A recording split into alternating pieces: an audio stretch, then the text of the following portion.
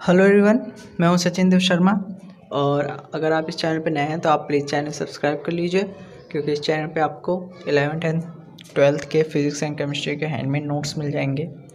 तो आप please channel subscribe कर लें, साथ ही बेल आइकन भी प्रेस कर लें। ये वीडियो एकदम लास्ट तक देखना।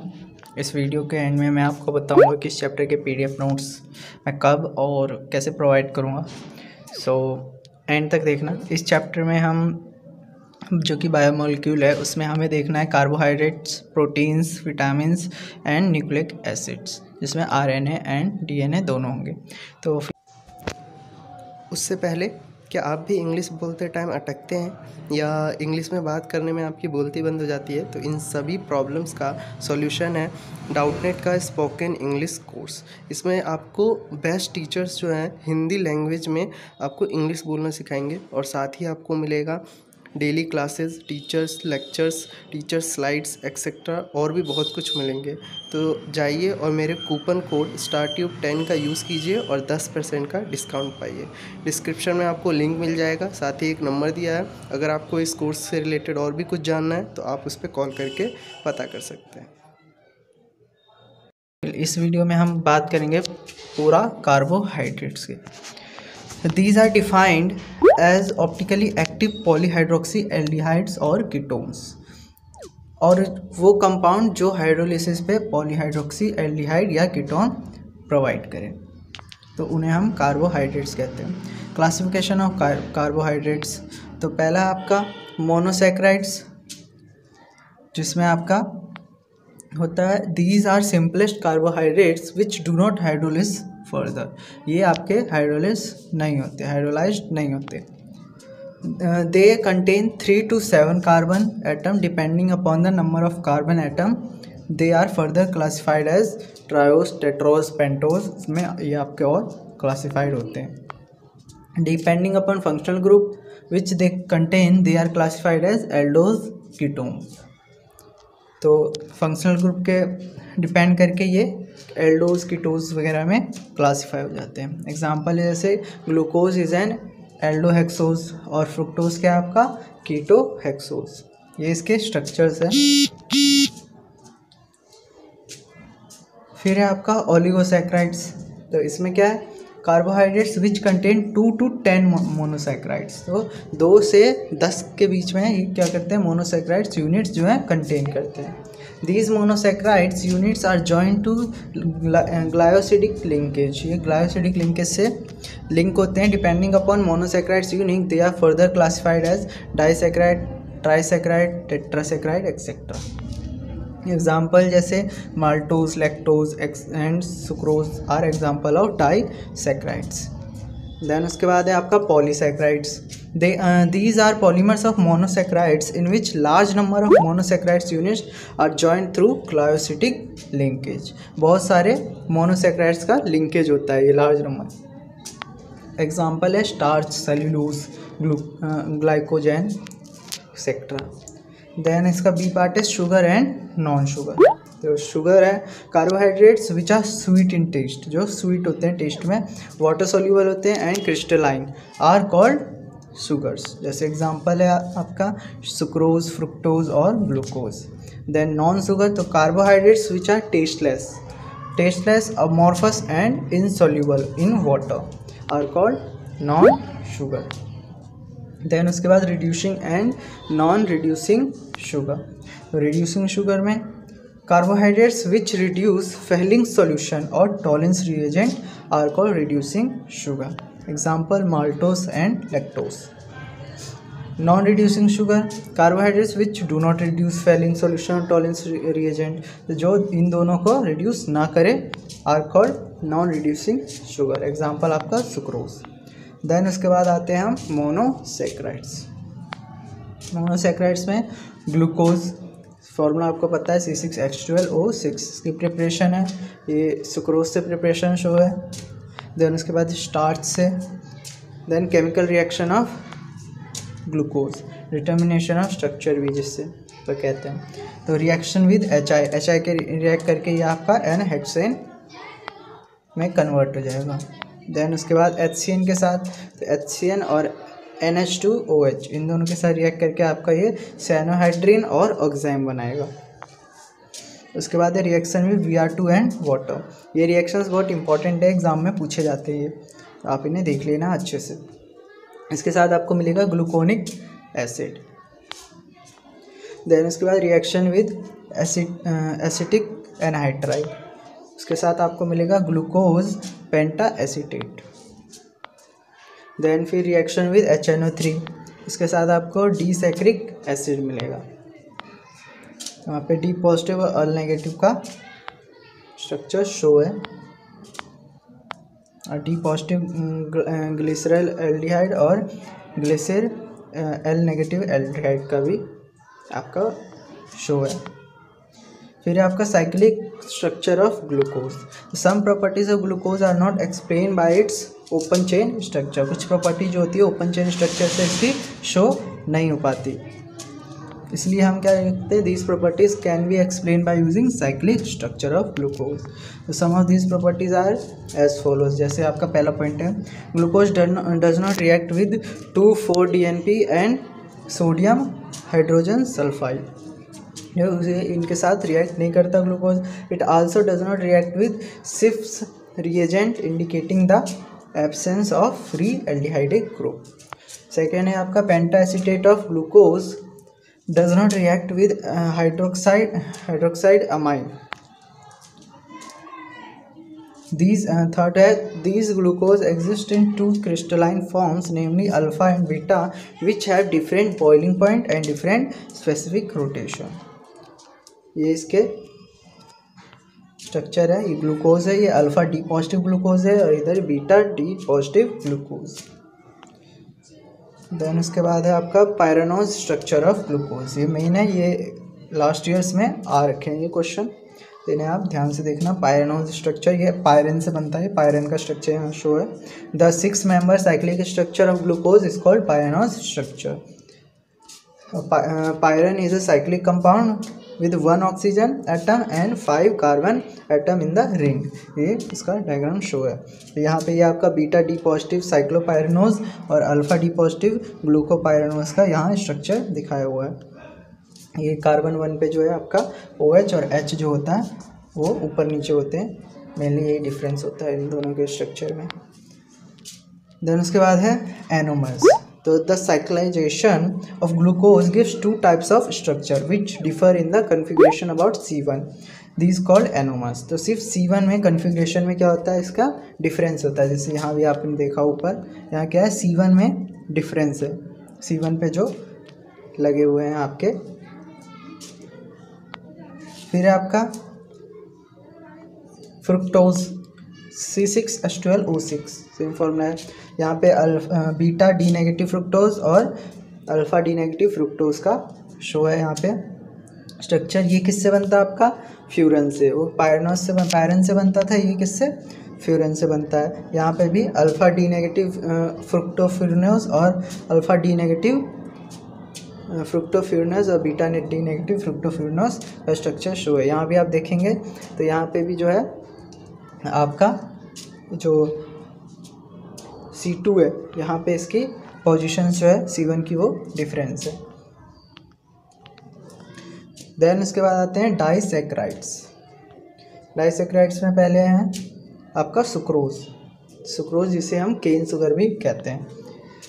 तो ये इसकी रिएक्शंस है। The hydrolysis of sucrose is also called inversion of cane sugar. Hydrolysis of sucrose को इन्वर्जन ऑफ केन शुगर भी कहते हैं, बिकॉज सुक्रोज इज डेक्स्ट्रो, मतलब पॉजिटिव रोटेटरी होता है, but after hydrolysis mixture is laevo, negative rotatory हो जाता है।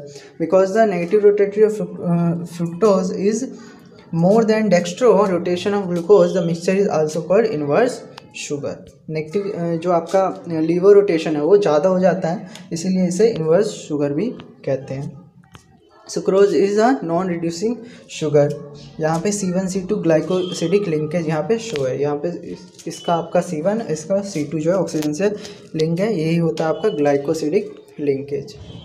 यहाँ डेफिनेशन है ग्लाइकोसिडिक लिंकेज की, 2 monosaccharides units are linked through oxygen atom accompanied by the loss of a water molecule. This linkage is called glycosidic linkage.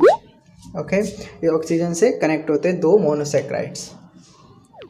Then है आपका maltose, जिसे हम माल्ट शुगर भी कहते हैं। तो it is a reducing sugar.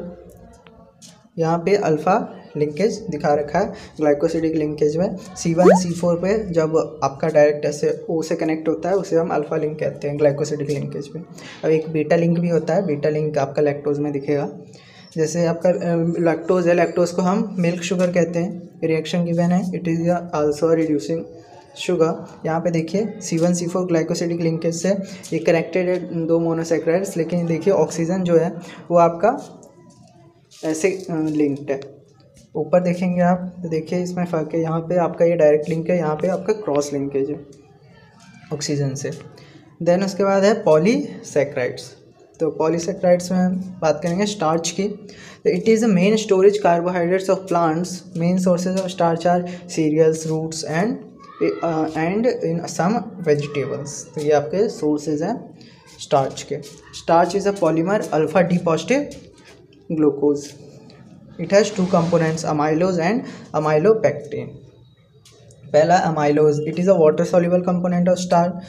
water soluble component होता है, it constitutes 20% of total weight of starch. total weight जो होता है starch का सिर्फ 20% इसमें contain होता है.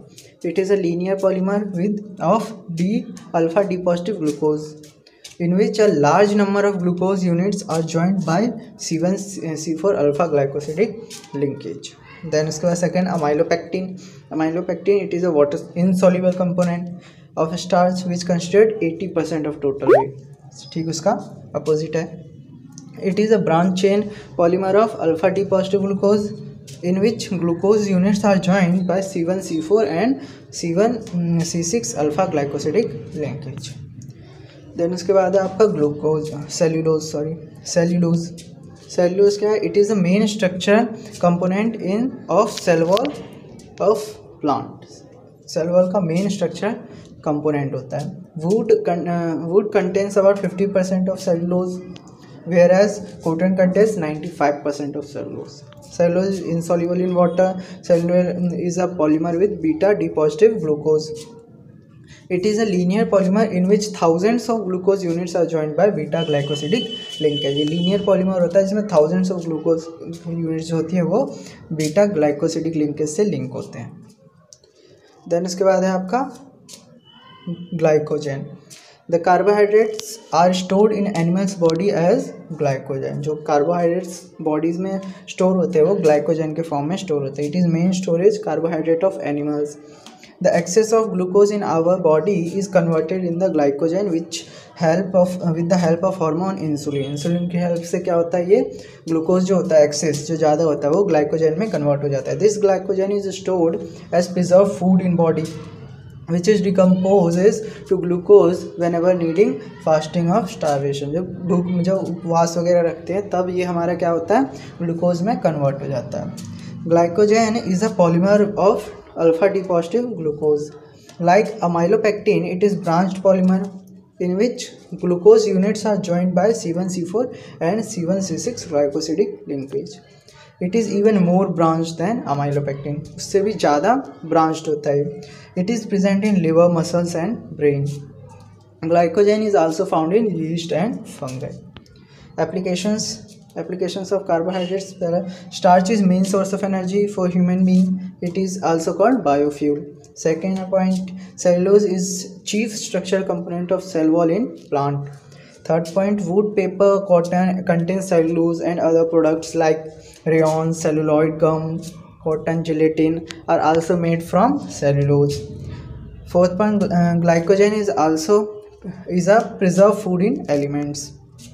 Ribose and deoxyribose are 2 pentose sugar which are structural component of nucleic acids, RNA and DNA. तो ये था आपका पूरा कार्बोहाइड्रेट्स के बारे में. अब बात करते हैं इसका प्रोटीन्स की. इसमें पूरा प्रोटीन जो है हम कवर करेंगे और वीडियो एंड तक देखना, ठीक है. अगर जिसने पहला पार्ट नहीं देखा था उन्हें उसमें मैंने बताया था कि आपको PDF कैसे और कब मिलेंगे. तो अगर वो आपने नहीं देखा है तो इसमें एंड तक देखना है. इसमें मैं आपको बता दूंगा कि आपको इस चैप्टर का PDF जो है वो कैसे और कब मिलेगा. तो प्रोटीन, ये डिराइव होते हैं आपके प्रोटियोस से, मीन्स होता है इसका प्राइमरी और primary importance, prime importance. Proteins are important class of biomolecules which are main structure component of animal body. They are needed for the construction of cell, repair of damaged cell. ये आपका repair में भी काम आता है sales के. Therefore, they are responsible for growth and normal health of living being. Main source of proteins are meat, fish, egg, pulses, soybean, peanuts, etc. आपको पता ही है. All proteins are polymers of alpha amino acids. Amino acids. Amino acids contain amino NH2 and carboxyl COH functional groups attached to the same carbon. एक ही carbon पे ये दोनों group जो होते हैं वो अटैच होते हैं. Amino acids are structural unit of proteins. Structural unit protein के होते हैं. Depending upon the relative positions of amino acids with respect to carboxyl group, the amino acids can be classified as alpha, beta, gamma, delta and so on. तो जो NH2 और COH का जो position है उस पर डिपेंड करके ये क्या करता है आपका, ये इसमें क्लासिफाइड हो जाता है अल्फ़ा, बीटा, गामा पे. जैसे आपको यहाँ पे अल्फ़ा अमीनो एसिड्स दिख रहा होगा, ये इसका जो है पोजीशन NH2 और COH पे क्लासिफाइड किया जाता है. Only alpha amino acids are obtained by on hydrolysis of protein. सिर्फ अल्फा अमीनो एसिड्स क्या होते हैं आपके प्रोटीन के हाइड्रोलिसिस से आपको मिलते हैं. Depending upon the value of R जो आपका यहाँ पे साइड चेन है, there are 20 different amino acids. 30 तरह के डिफरेंट अमीनो एसिड्स है. यहाँ पे पूरा एक चार्ट जो है आपके NCERT में टेबल 14.2 में बना हुआ है, तो आप वो देख सकते हैं. उसमें पूरा chart with name and with structure आपको शो है. जैसे आपका कुछ एग्जांपल्स है. जो आपका सिंपलेस्ट होता है, जो आपका सबसे पहला जो होता है वो ग्लाइसिन होता है. ग्लाइसिन का ये आपका स्ट्रक्चर होता है आपका. तो इसको हम ग्लाई से भी डिनोट करते हैं या फिर कैपिटल G से, तीनों तरह से डिनोट करते हैं या लिखते हैं. फिर जो आपका सेकंड होता है वो एलानिन होता है, उसको ALA या फिर कैपिटल A से डिनोट करते हैं. ये इसका स्ट्रक्चर, ये आपको बुक में पूरा चार्ट अच्छे से पूरा बना हुआ है 20 का. They are optically active except one member glycine which are optically inactive. सिर्फ ग्लाइसिन जो होता है इनएक्टिव होता है. They have L configuration. ये L कन्फिग्रेशन होता है. NH2 जो होता है वो लेफ्ट हैंड साइड में होता है.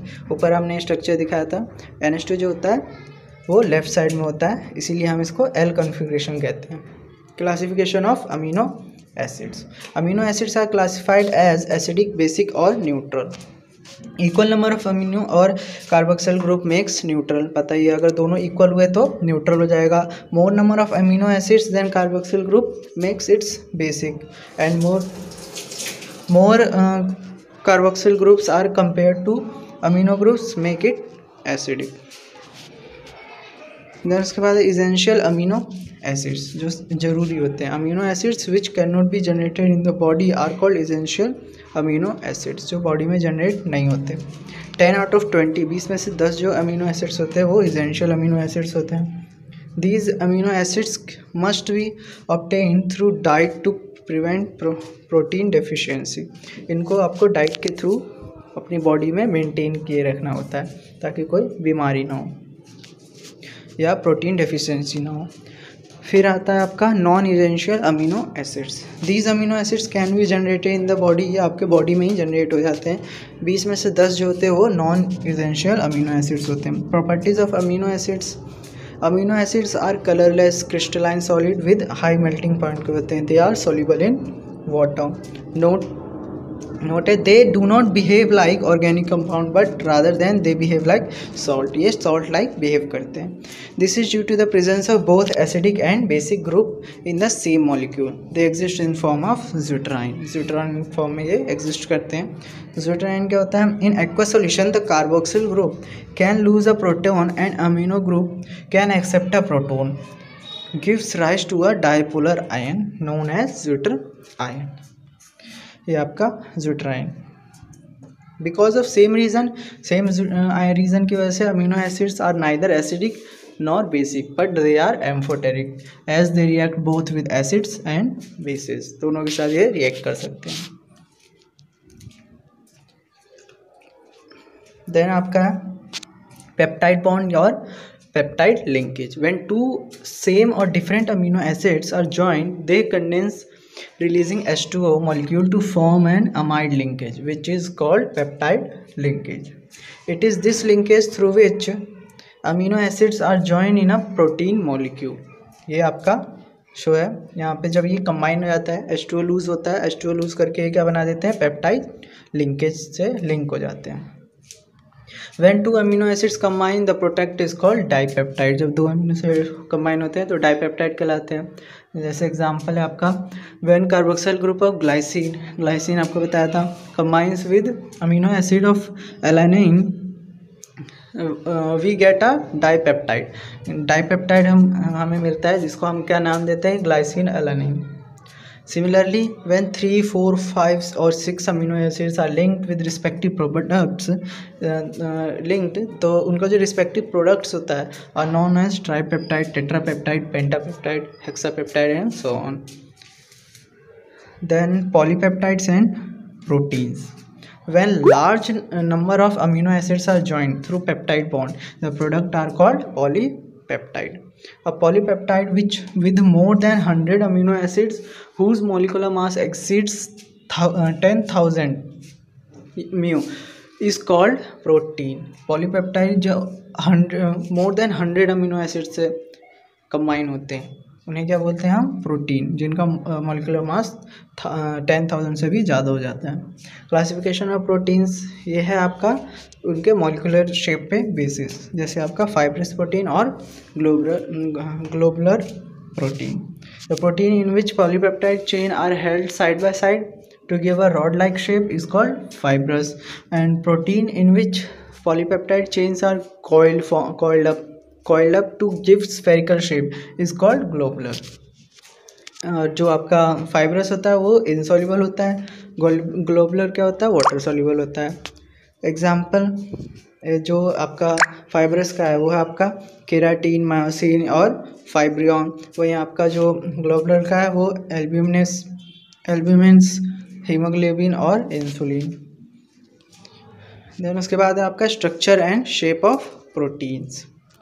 जो primary structure, secondary structure, tertiary structure and quaternary structure. तो primary structure of proteins contain one or more polypeptide chain.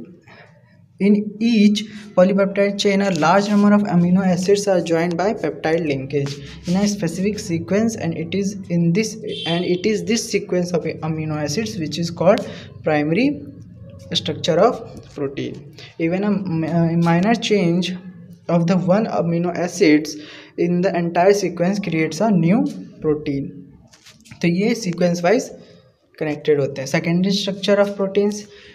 The shape which polypeptide acquire due to intermolecular और intramolecular hydrogen bonding.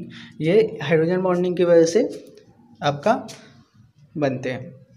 They are found to exist in the two different types of structure, alpha helix और beta pleated. दो तरीके में exist करते हैं. Alpha helix क्या है? Alpha helix in this structure polypeptide chain acquired the shape of right hand helix in which intramolecular hydrogen bonding between CO and NH of amino acid residue of the adjacent turn support the helix. इसमें आपका NH और CO में जो है आपका intramolecular hydrogen bonding बनती है. ये आपका अल्फा हेलिक्स का ये स्ट्रक्चर भी शो है. और बीटा प्लेटेड शीट स्ट्रक्चर, यहाँ पे ये आपका बीटा प्लेटेड शीट स्ट्रक्चर जो है वो शो है. In this secondary structure polypeptide chains are stretched out nearly their maximum extension and laid side by side ये जुड़े होते हैं. The intermolecular hydrogen bonding between the adjacent polypeptide chains join the chain together to give a pleated sheet structure like the pleated folds of drapery. Third है आपका tertiary structure of protein. The overall folding of secondary structure to give two major molecular forms such that आपका fibrous protein और globular protein is called tertiary structure of protein. The forces responsible for tertiary structure are जो forces responsible है hydrogen bonding, disulphide linkage और van der Waals and electrostatic forces of attraction.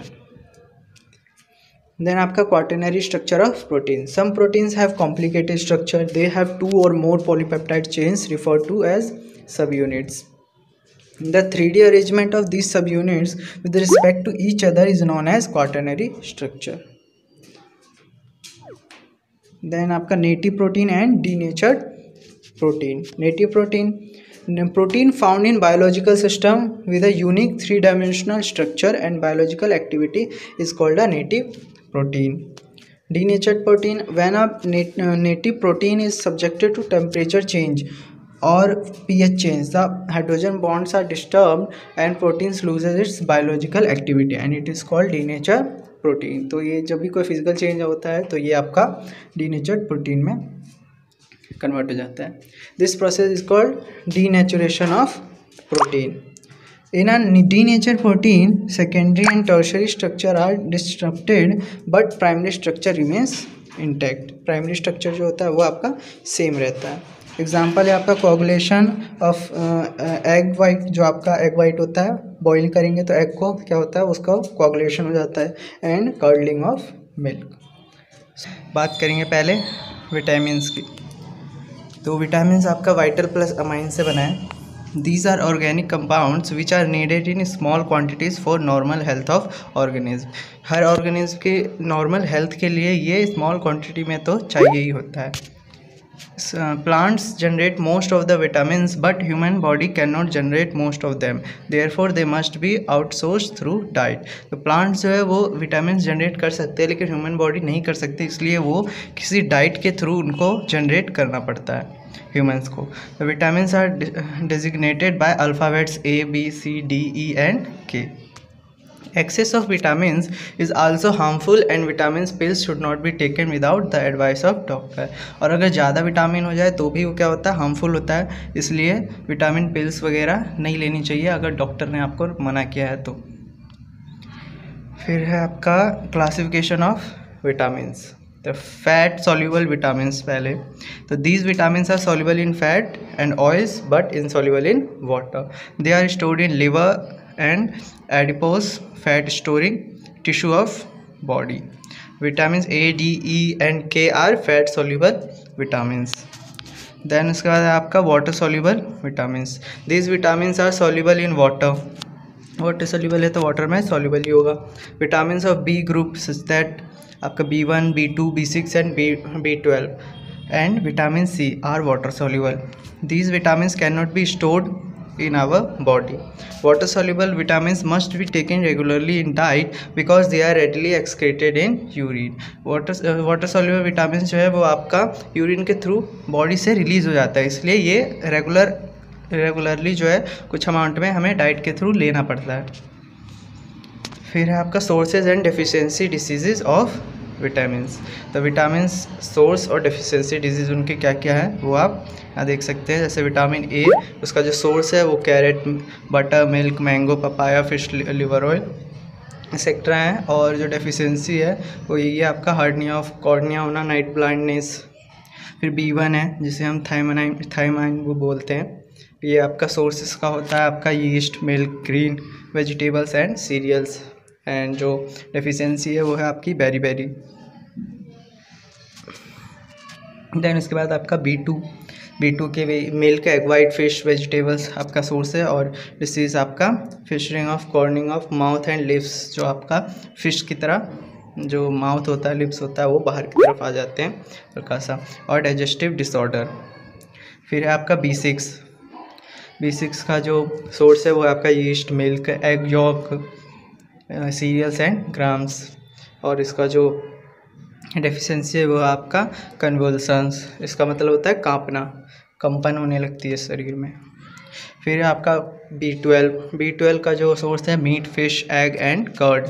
इसका जो ये आपका RBC deficient in haemoglobin deficiency जो है.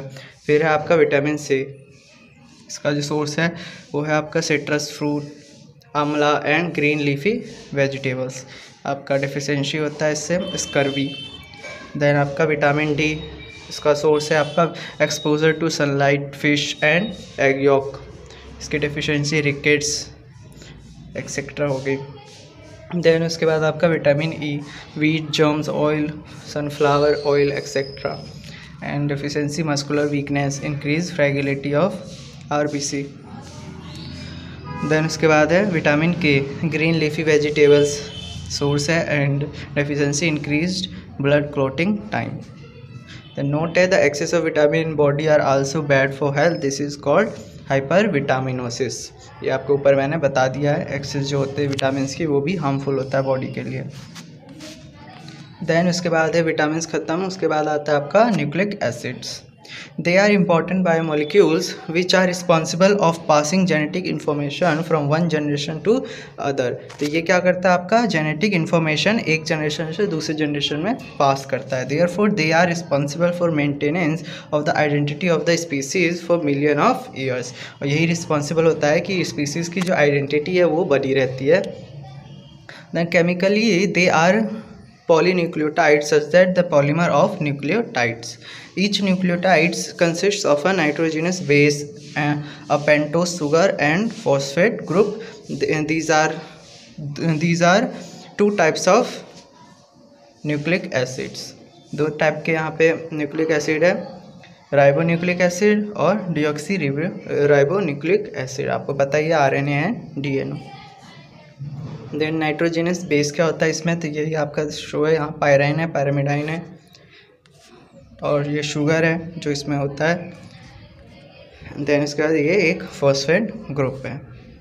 तो डीएनए में जो होते हैं वो 4 बेस होते हैं, ये पूछे जाते हैं क्वेश्चन, तो आप ये ध्यान रख लेना। DNA contains 4 bases and RNA contains 4 bases also. लेकिन दोनों में एक एक डिफरेंस होता है। क्या डिफरेंस होता है, थाइमाइन का और यूरासिल का। डीएनए में पहले का जो 3 है और आरएनए में जो पहले के 3 बेसेस है वो सेम होते हैं, जैसे आपका एडिनाइन, ग्वानाइन और साइटोसाइन, ये तीनों आपके आरएनए डीएनए में सेम होते हैं। लेकिन डीएनए में आपका थाइमाइन एक ऐड हो जाता है और आरएनए में यूरासिल, तो ये दोनों में डिफरेंस है। बाकी दोनों में 4 बेसेस होते हैं।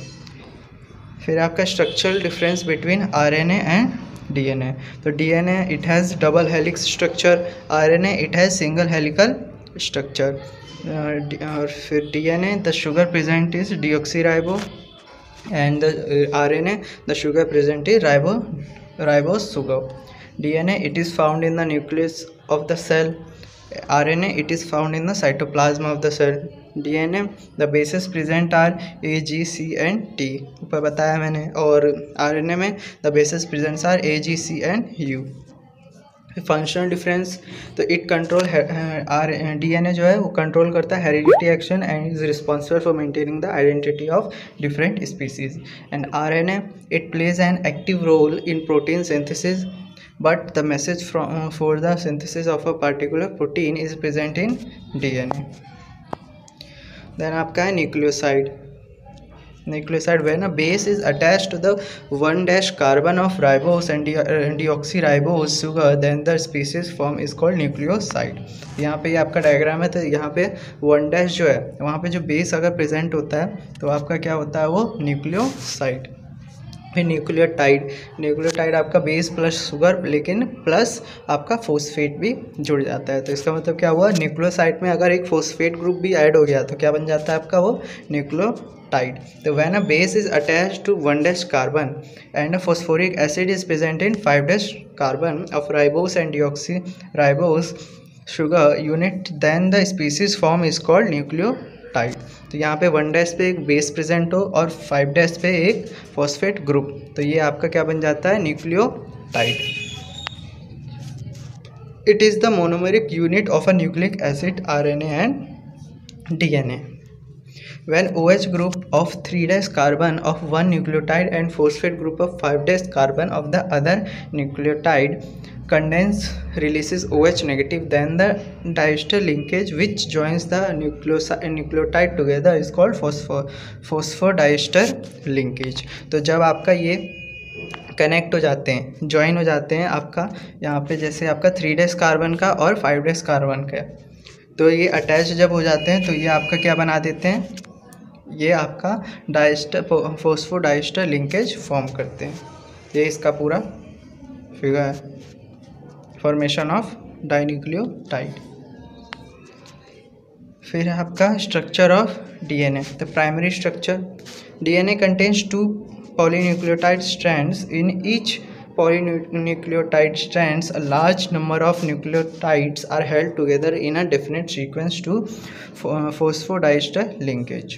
It is the sequence of nucleotides in the chain of a nucleic acid which is called primary structure or DNA. Then secondary structure, two polynucleotide strands run anti-parallel and they are held with each other to form a double helix structure. This double helix structure of DNA is called secondary structure. यहाँ पे आप देख सकते हैं secondary structure. The intermolecular hydrogen bonding between nitrogenous bases of two of opposite strands stabilize this double strand helix structure. The base आपका adenine is attached with the thymine in 2 hydrogen bonds, और जो आपका base है guanine is attached with cytosine by 3 hydrogen bonds. ये आपका main point है, ये ध्यान रखना। ए और टी के बीच में डबल हाइड्रोजन बॉन्ड होता है और जी एंड सी के बीच में ट्रिपल हाइड्रोजन बॉन्ड होता है। Hence 2 opposite strands of DNA are not identical but they are complementary to each other. Application है न्यूक्लिक एसिड के।